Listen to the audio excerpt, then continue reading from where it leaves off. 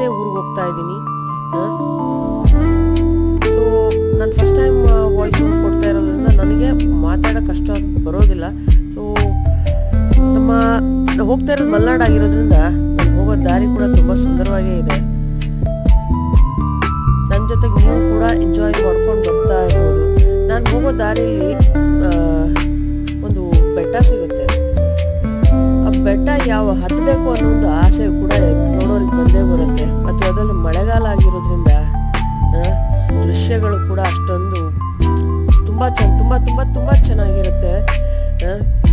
ನೀವು ಕೂಡ ಯಾವತ್ತಾದರೂ ಈ ದಾರಿಯಾಗಿ ಏನಾದರೂ ಟ್ರಾವೆಲ್ ಮಾಡೋದಿದ್ರೆ ನಿಮ್ಗೆ ಅದು ಅರ್ಥ ಆಗುತ್ತೆ. ಮಳೆಗಾಲದಲ್ಲಿ ಟ್ರಾವೆಲ್ ಮಾಡಿ, ಯಾಕಂದರೆ ಮಳೆಗಾಲದಲ್ಲಿ ದೃಶ್ಯಗಳು ತುಂಬ ಸೂಪರ್ ಆಗಿರುತ್ತೆ. ಯಾಕಂದರೆ ನಾನು ಹೋಗ್ತಿರೋದು ಮಲೆನಾಡಿಗೆ.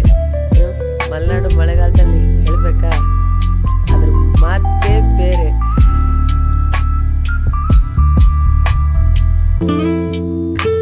ಅದರಲ್ಲೂ ಮೋಡಗಳ ಚಿತ್ತಾರ ಅಂತೂ ನೋಡೋಕೆ 2 ಕಣ್ಣು ಸಾಲದು. ಅಂತೂ ನಾನು ಊರಿಗೆ ಬಂದೇ ಬಿಟ್ಟೆ. So see you in next vlog. Bye, take care.